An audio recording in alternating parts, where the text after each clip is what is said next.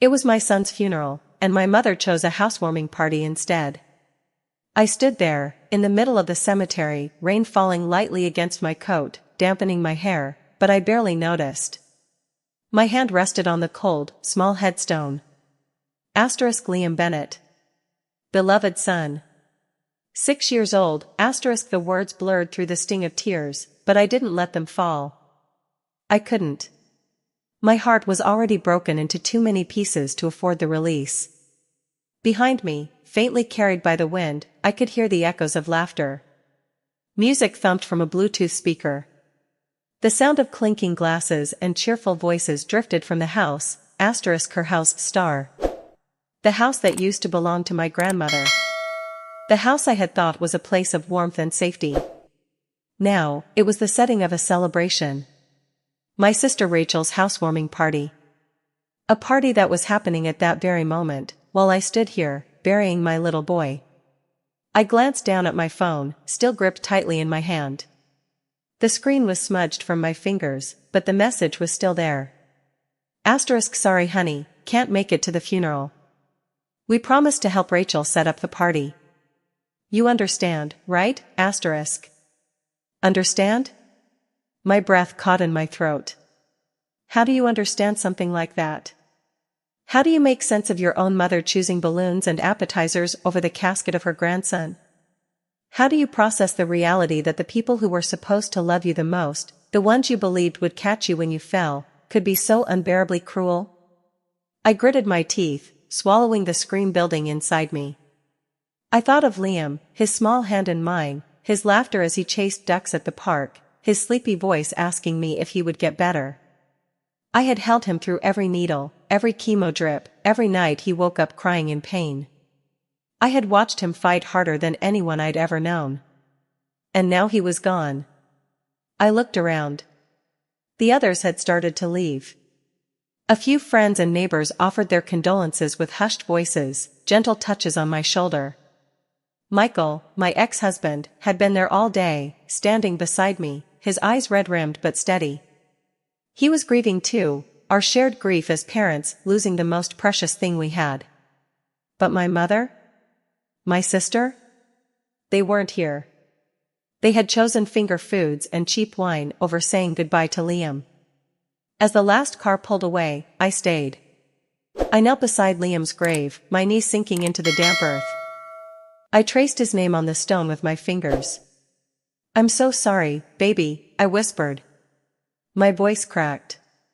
You deserved better. The rain picked up, and the wind carried the sounds from the party again. I pictured it, Rachel, beaming, showing off her new kitchen, her guests complimenting the open floor plan, the fresh coat of paint. My mother, probably topping off someone's glass of wine, smiling like nothing had happened. Like her grandson hadn't just died. Like I wasn't standing in the rain, clutching the last piece of my baby boy. I should have broken down right there. I should have screamed, wailed, collapsed into the wet grass. But I didn't. Something inside me shifted instead. Something colder. Harder. I realized, in that moment, that whatever thread had been holding my family together had snapped. Maybe it had been fraying for years, but now, it was gone. I stood up, my fingers numb, my heart like stone in my chest. I looked toward the house in the distance, the warm glow of lights visible through the trees. My family was in there, laughing, drinking, celebrating, while I was here, burying my child. You think I let it slide? That I just moved on? No.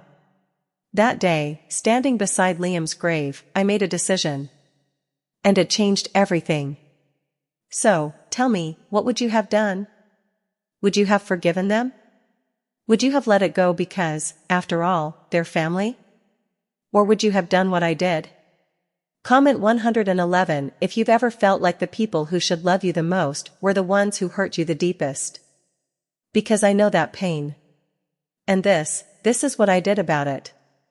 After I stood at my son's grave, staring at the cold stone that bore his name, feeling the ache of betrayal from my mother and sister still fresh in my chest, my mind drifted back to the years that had led me to that moment.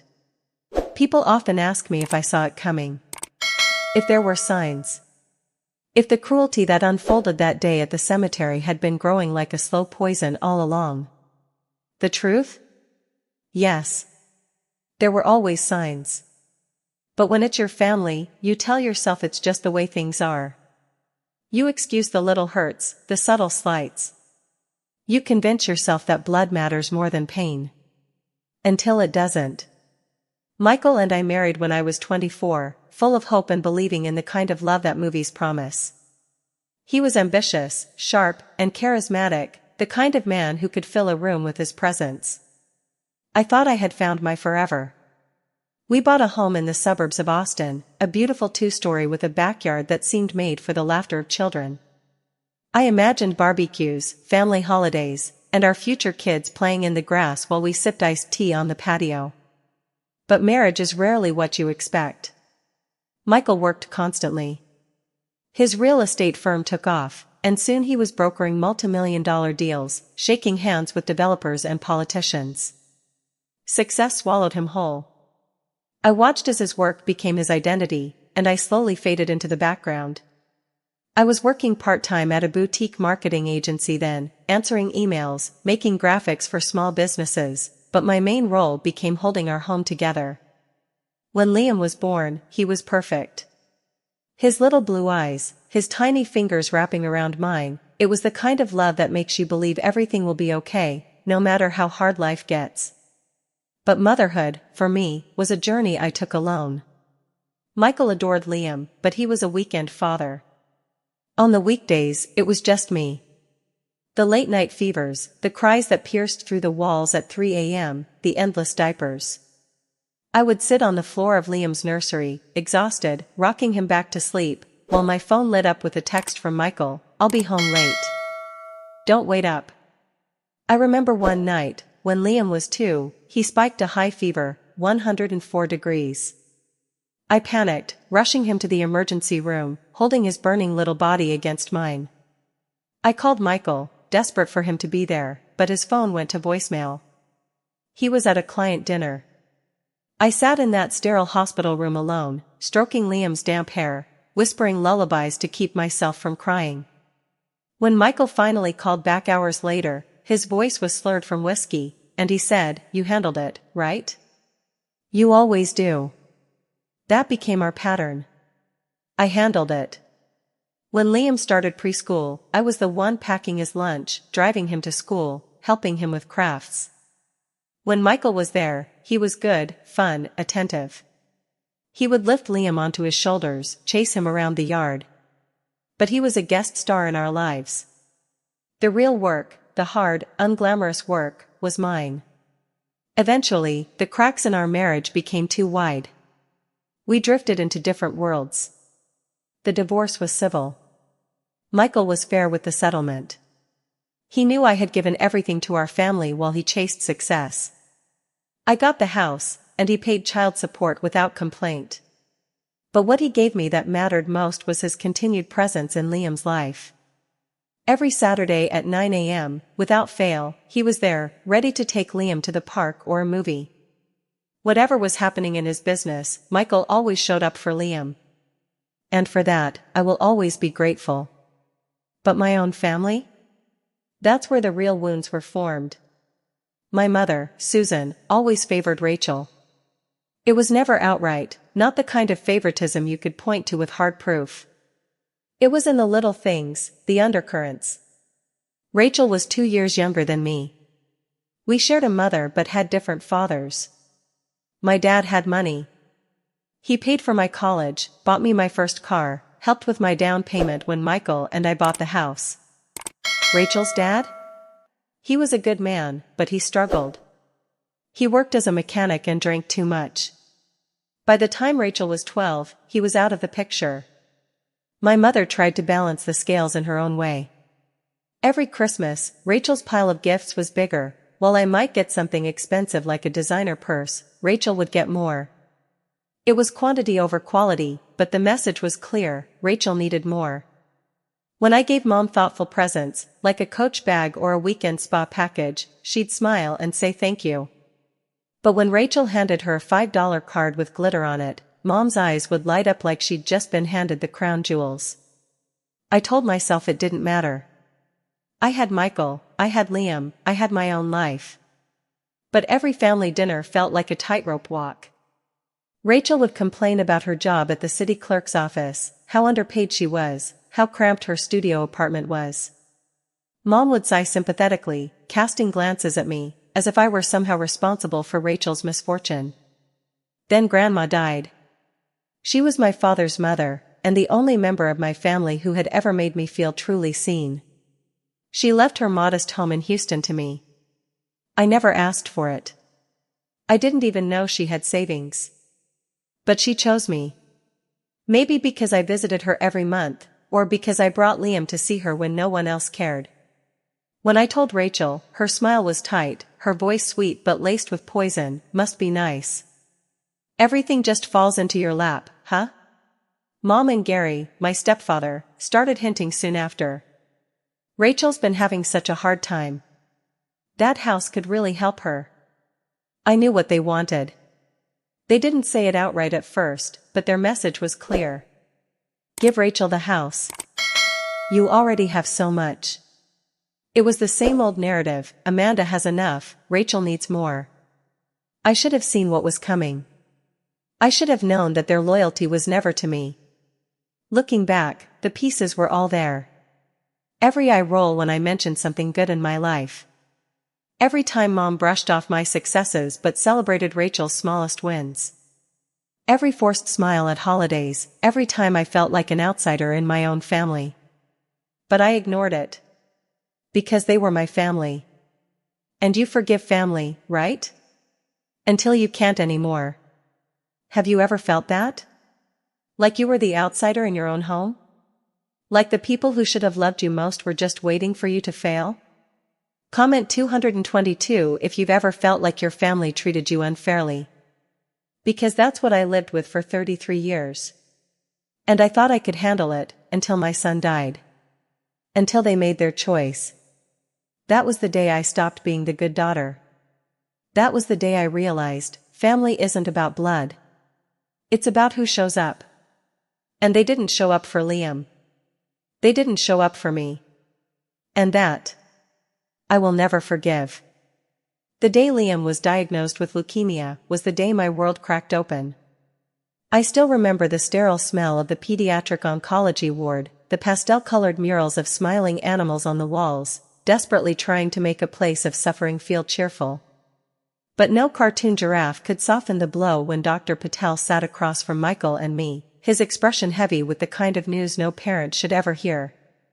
Acute lymphoblastic leukemia, he said, his voice gentle, but firm. It's aggressive, but we'll start treatment immediately.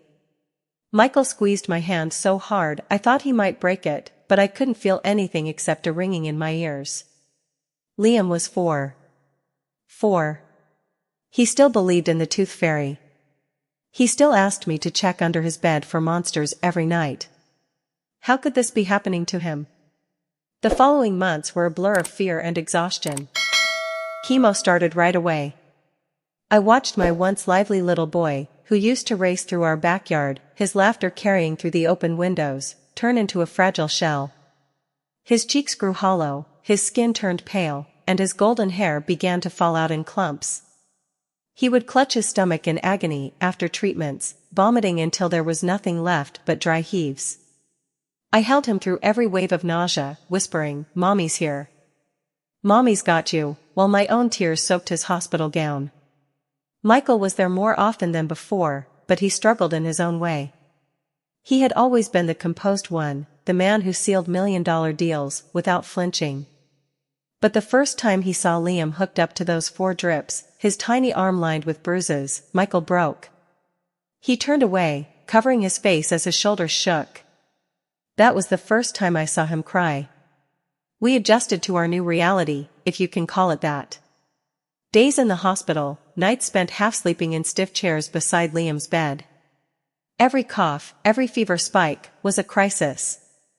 There were glimmers of hope, days when Liam would smile again, ask to play with his toy cars, but the doctors were cautious. His response to treatment isn't as good as we hoped, Dr. Patel admitted after the second round of chemo. Michael squeezed my hand again, but this time, I felt the tremor in his. During all this, my mother and Gary's calls became more frequent. Not to check on Liam, but to remind me about the house. "Rachel's really struggling," my mother sighed over the phone one afternoon while I sat in the hospital cafeteria, trying to stomach a stale sandwich. "Her rent keeps going up. You know how hard it is for her. You have Michael. You have the house. It's not like you need grandma's place." I wanted to scream.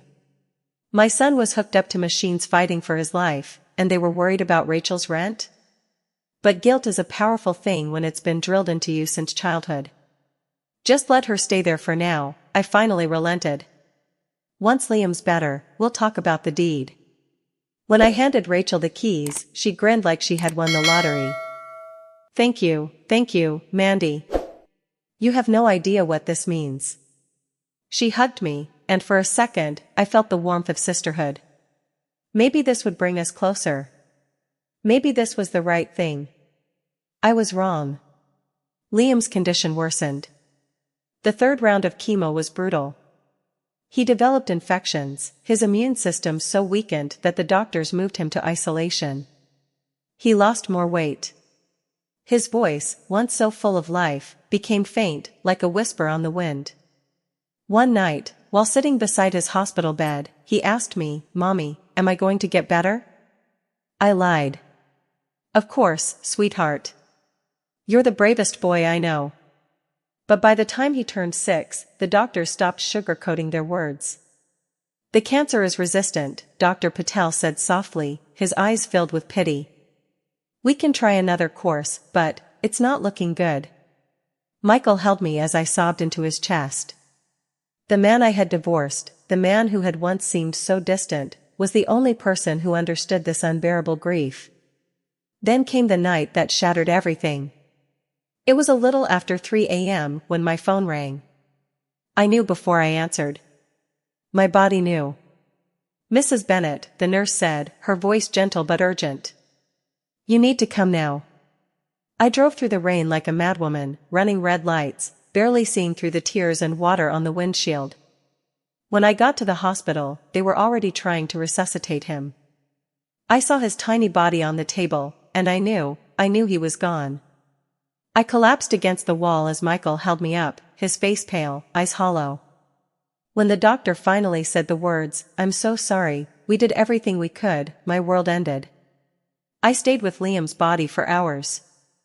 I brushed his hair back, kissed his forehead, whispered stories he would never hear again. I held his hand until it turned cold. Eventually, I gathered the strength to call my mother. My hand shook as I dialed.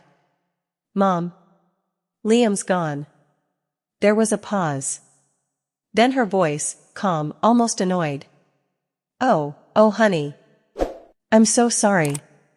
But, Rachel's housewarming is that day. We can't cancel. You understand, right? Understand?" I gripped the phone so tight, my knuckles turned white. "It's my son's funeral." "I know, sweetheart, but we've already invited everyone. It would be such a hassle to reschedule. You understand." I hung up without saying another word. I called Rachel next. "What the hell is wrong with you?" Her voice was cool. "I've been planning this for months, Amanda. I sent the invites out weeks ago. It's not like you need us there. He's gone. It won't change anything." My chest tightened. The grief mixed with something darker, rage. She was talking about Liam, my baby, like he was an inconvenience. Like his death was an obstacle to her perfect little party. The funeral came. Michael stood beside me. Friends were there. Neighbors. People who had known Liam and loved him. But not my mother. Not Rachel. They were stringing lights and setting up a dessert table in the house that was supposed to be mine, laughing while I buried my child. I glanced at my phone during the service. A text from Mom. A photo of Rachel, standing in front of the house, smiling beside a cake. Wish you were here, it read. Wish you were here. That was the moment. That was the final break. I stood there, looking at my son's coffin, and I knew I would never forgive them. And I would never let this go. Would you? Would you have stood there and accepted it? Or would you have done what I did? Comment 333 if you believe it was time for me to take everything back, because I knew, in that moment, I was done being their scapegoat. And they were about to learn what that meant. After Liam's funeral, I didn't cry anymore. Not in front of anyone. Grief had hardened into something colder, sharper, something that kept me awake at night, staring at the ceiling, while Michael sent quiet texts to check on me. I didn't respond most of the time. What was there to say? The one person who needed me, who depended on me with his entire little life, was gone. And the people who should have been standing by my side had made their choice. I couldn't let it go. Not the housewarming party. Not the laughter I had heard while lowering my son's casket into the ground. Not the image of my mother and Rachel sipping wine on the front porch of my grandmother's house, sending wish you were here texts as though Liam's death was just a minor inconvenience. That image burned itself into my mind. And I knew, if I couldn't get justice for my son, I would at least get justice for myself. But I knew my family. If I went in angry, if I confronted them head-on, they would twist it. They would play the victim, as they always had. I'd be the selfish, bitter sister who didn't want Rachel to have a house, the cold-hearted daughter who cut her family off after a tragedy. They had been rewriting my reality for years. This time, I needed to be smarter. I needed to be quiet. So, I smiled. I smiled when my mother called 2 days after the funeral to say, "Rachel's party went so well. You should see the photos. She's finally got a place to call home." I smiled when Rachel posted pictures online, her standing in front of the little house, her friends drinking on the lawn, my mother laughing beside her, like nothing had happened. And when Thanksgiving rolled around, I smiled as I brought a pumpkin pie to my mother's house, sat at her dining table, and listened to Rachel talk about the new curtains she was buying for her place. But inside, I had already started laying the groundwork. The night after Liam's funeral, I had barely made it through the door before I pulled out the file folder Michael had given me years before, the paperwork from the divorce, the property settlement, the deed to Grandma's house. I spread them across my kitchen table. My hands trembled, but not from grief. From focus. From purpose. And there it was, clear as day. The house was still in my name. I had never signed it over to Rachel. I had handed her the keys between chemo appointments, my mind clouded with fear for my son, but I had never completed the transfer. She had nothing. No legal claim. She had decorated a house that didn't belong to her. She had thrown a party in a home that was still mine. The next day, I hired a real estate attorney in Houston. I didn't know her personally, Michael recommended her, but I liked her instantly. She was direct, efficient. I gave her the papers. "She doesn't know it's still yours?" the attorney asked. "She thinks it's a done deal," I said. The attorney's eyes darkened with understanding. "Good. That's an advantage. We'll make sure everything is airtight on your end." Over the next week, I had cameras installed around the perimeter of the house. Small, discreet, ones that could be accessed from my phone. The technician was confused when I told him the house wasn't occupied by me. "Family issue," I said vaguely. "I just want to keep an eye on it." I watched Rachel through those cameras like a hawk. She came and went, sometimes alone, sometimes with friends. She hung Christmas lights across the porch, smiling, like she had built that house from the ground up. She had no idea. None. Every day, I waited. I answered her texts. I listened to my mother gush about how happy Rachel finally was. I even bought her a little housewarming gift, a ceramic vase that said, "Home Sweet Home." She hugged me when I gave it to her, oblivious. The thing about my mother and Rachel is that they underestimated me. They always had. They thought because I was the responsible one, the one who paid the bills, who took care of Liam, who kept the family together, that I would always be their safety net. They thought I would never pull it away. They were wrong. I let it build. Quietly. Patiently. On Christmas Eve, we gathered at my mother's house. The tree was decorated with Rachel's handmade ornaments, the ones she had made as a child that Mom had kept, while mine had been lost years ago. Rachel beamed as she talked about her new sectional sofa, the new television she was planning to mount.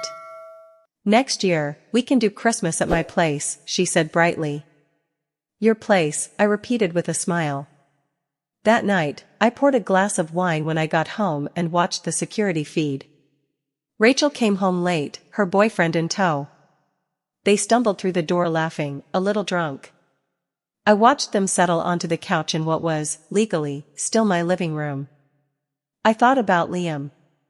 I thought about his tiny body, wrapped in a blanket in that hospital bed. I thought about the way his hand felt in mine, and the way Rachel had said, "It won't change anything. He's gone." I sipped my wine. I watched her laugh. And I waited. The hardest part was pretending nothing was wrong. Keeping my voice light on the phone with Mom. Sending Rachel texts about paint colors. Playing the role of the dutiful daughter. But every smile was a weapon. Every polite nod was a countdown. They had taught me to endure. They had taught me to swallow my hurt. What they never realized was that, one day, I would use it all against them. Have you ever had to pretend everything was fine, to smile through the pain, just to wait for the right moment? Have you ever looked someone in the eye, knowing you held their fate in your hands, and let them think they had won? Comment 444 if you've ever had to stay silent while you prepared to take everything back. Because that's what I was doing. And soon, it would all come crashing down. The day I took everything back, the sky was clear, eerily so. The kind of bright, crisp Texas afternoon where the sun seemed almost too cheerful, too indifferent to the storm brewing beneath my skin. I had been waiting for this day for months, smiling through holidays, answering Rachel's texts about her home upgrades, nodding politely when my mother bragged about how Rachel was finally settling into a real life.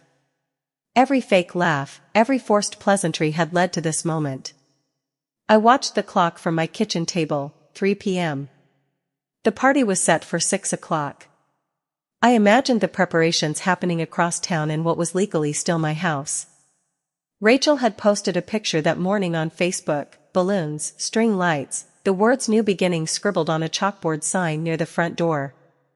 She looked so proud, standing on the porch, holding a glass of champagne. Her caption read, "Finally home." Home. I closed my laptop and took a deep breath. My hands were steady. I had rehearsed this day in my mind over and over again, every detail mapped out like a battle plan. There would be no hesitation. No mercy.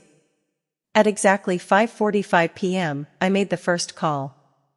The police dispatcher answered with professional calmness. "There are trespassers in my house," I said, my voice even. "I own the property, but people are using it without my permission. There's a party happening right now." I gave them the address. Gave them my name. I didn't embellish or dramatize. I didn't need to. The truth was on my side. I arrived at 6:10 p.m., just as the first squad car pulled up to the curb. Through the windshield, I could see the party in full swing. Guests mingled on the lawn, drinks in hand. Laughter spilled out from the open front door, and music blared from portable speakers. Rachel stood near the porch, surrounded by her friends, her head thrown back in laughter. For a brief moment, I felt a flicker of something, sadness, maybe. This had been my grandmother's house. I had spent summers here, picking tomatoes with her in the backyard, listening to her hum Patsy Cline songs in the kitchen. I had brought Liam here when he was a toddler. He had played with wooden blocks on that same porch. This house had been a place of love. And now, it was a stage for Rachel's stolen victory. But that flicker of sadness was drowned by the image, Liam's face, pale and weak, his hand in mine as he asked me if he was going to get better. And the text from my mother the morning of his funeral, you understand, right? I stepped out of my car. The officers moved quickly. Two of them approached the front door while I followed behind, holding the documents, the deed to the house, with my name printed clearly across the top. My heart was racing, but outwardly, I was calm. I had waited too long for this. The music cut abruptly when the officers knocked on the door. Murmurs spread through the crowd. People shifted nervously, unsure of what was happening.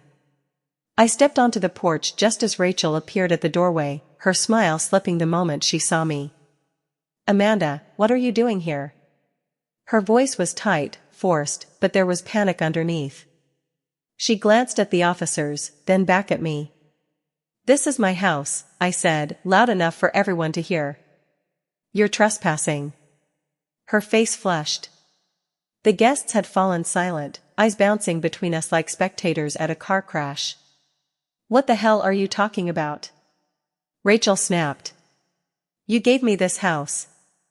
I unfolded the deed. "Show me your name on this," I said, my voice steady, cold. Her eyes darted to the paper, then back to me. She opened her mouth, but no words came out. "Ma'am," one of the officers said, addressing Rachel, "do you have any legal documents showing ownership of this property?" Rachel's hands trembled. "She promised," she said. "I asked you for paperwork," the officer repeated. Rachel turned toward the crowd, searching for support, but her friends shifted uncomfortably, avoiding eye contact. No one wanted to be dragged into this. "You don't understand," Rachel tried again, her voice cracking. "We're family." That word, family hit me like a slap. I turned to my mother, who had just stepped onto the porch, her face pale with shock. She clutched her purse like it was a shield. "Family?" I said, my voice colder than I thought possible. "Family shows up for funerals, not parties." My mother flinched. The crowd stirred. "You can't do this to us," my mother hissed, stepping closer. "We are your blood." "No," I said firmly. "You were my blood. You stopped being my family the day you chose champagne and finger foods over my son's funeral." Rachel's composure broke. "You bitch," she screamed, her voice wild with desperation. "You've always had everything, Michael, the house, Dad's money. Everyone felt sorry for you because of Liam. Well, he's dead now. And you still want everything?" The air seemed to freeze. Gasps rippled through the guests. Someone whispered, "Jesus Christ." I felt the sting of her words, but it didn't break me. It steeled me. The officers exchanged looks. One turned to Rachel. "Ma'am, you need to vacate the property immediately. If you refuse, you will be removed." Rachel's face twisted in rage, but she knew it was over. She shoved past me, tears streaking her makeup. My mother followed her, muttering curses under her breath.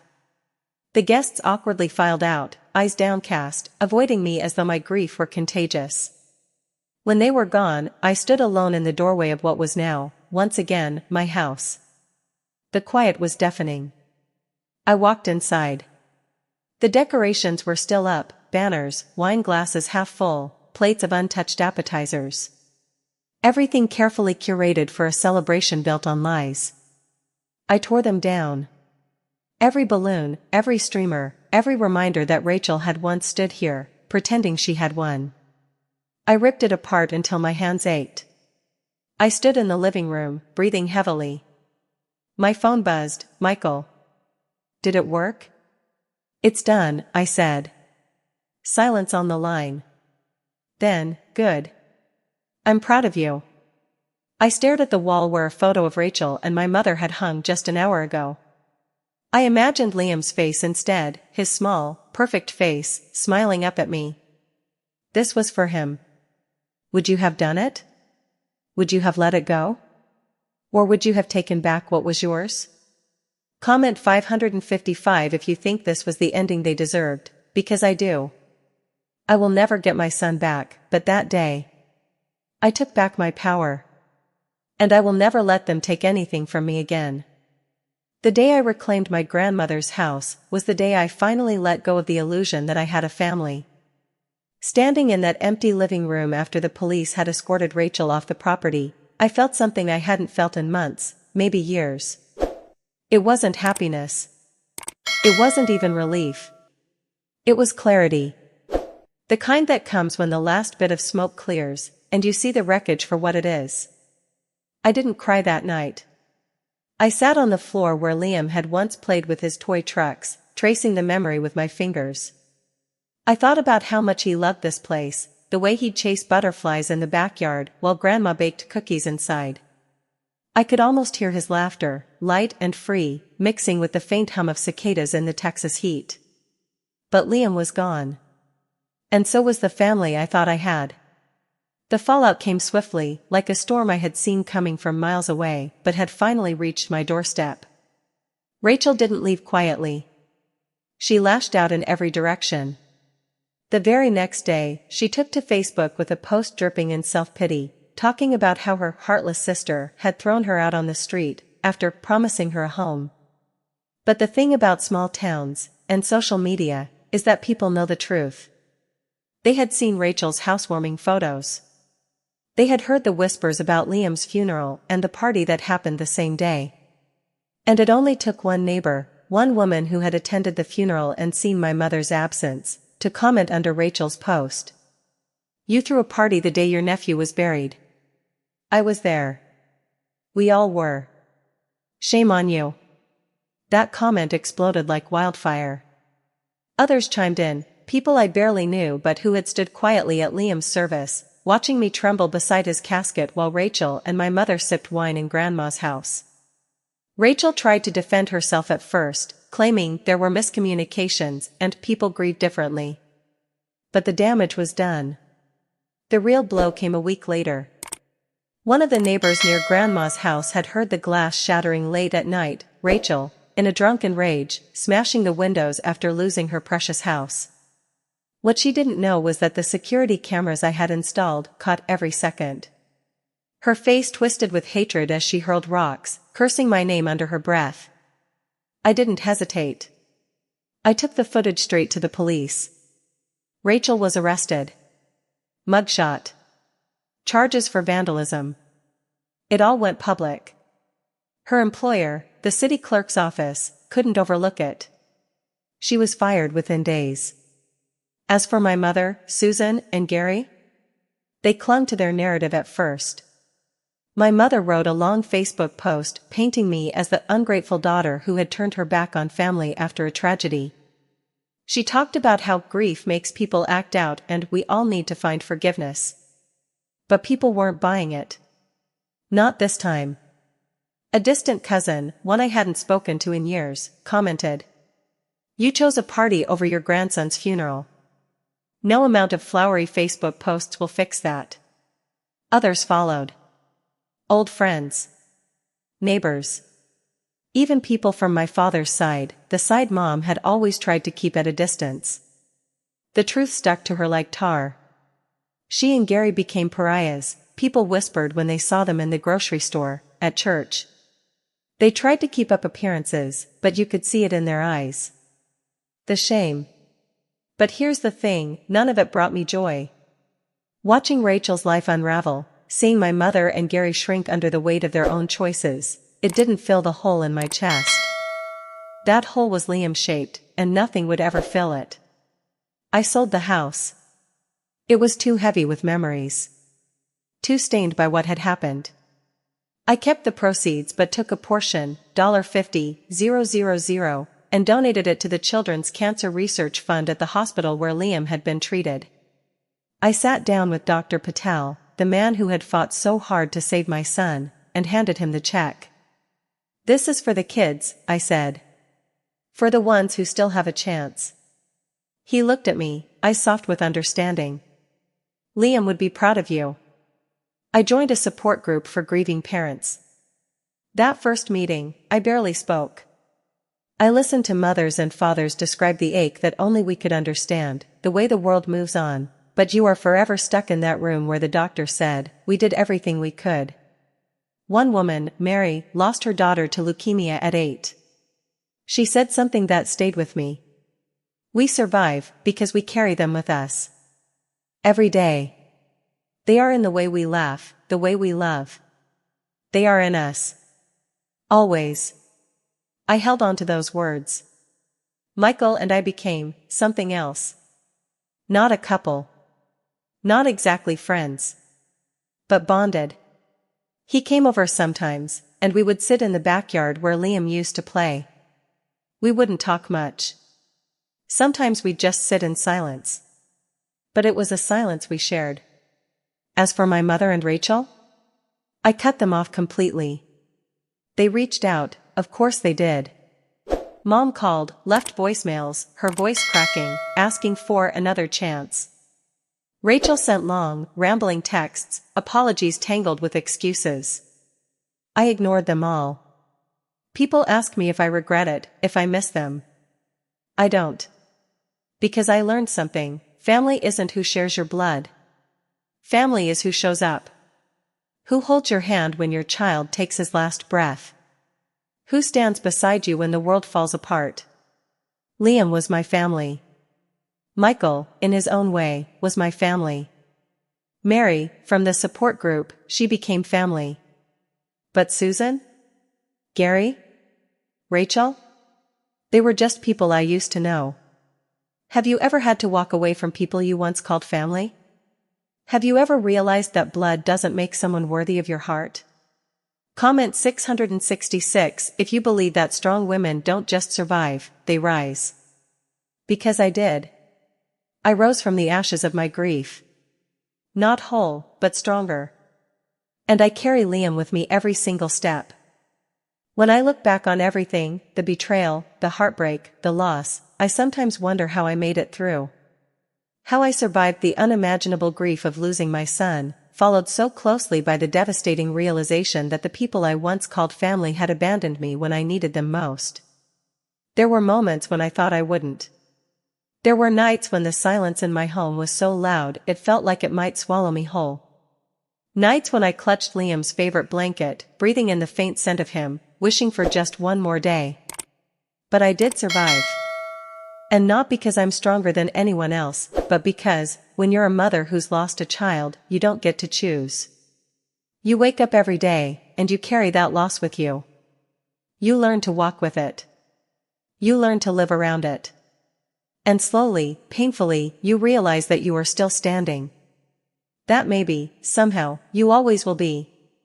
I also learned something else, something I wish I had known sooner. Family isn't defined by blood. Family is the people who show up. It's the friend who sits beside you in the hospital waiting room at 2 a.m., the coworker who drops off a casserole when you're too broken to cook, the neighbor who hugs you a little tighter because they know what you've been through. That's family. For years, I thought I had to accept the way my mother and Rachel treated me, because they were my family. I thought it was my responsibility to give until I had nothing left. But losing Liam showed me the truth: you don't owe your loyalty to people who refuse to show up for you. You deserve better. So, if you've ever felt alone, if you've ever been hurt by the very people who were supposed to protect you, know this: you are not alone. You deserve love, respect, and support. And sometimes, walking away from those who hurt you is the bravest, most loving thing you can do, for yourself and for the memory of those you've lost. I would love to hear your stories. Have you ever had to choose yourself over family? Have you ever found your true family in unexpected places? Please, share your experiences in the comments below. Your story might be the one that gives someone else the strength to take their first step toward healing. And if this story touched you, if you believe that no one should have to face their darkest days alone, please, like this video, share it with someone who might need to hear it, and subscribe to this channel. We are building a community here, a place where no one has to feel alone. Your voice matters. Your story matters. And together, we can remind each other that we are stronger than the pain we've endured.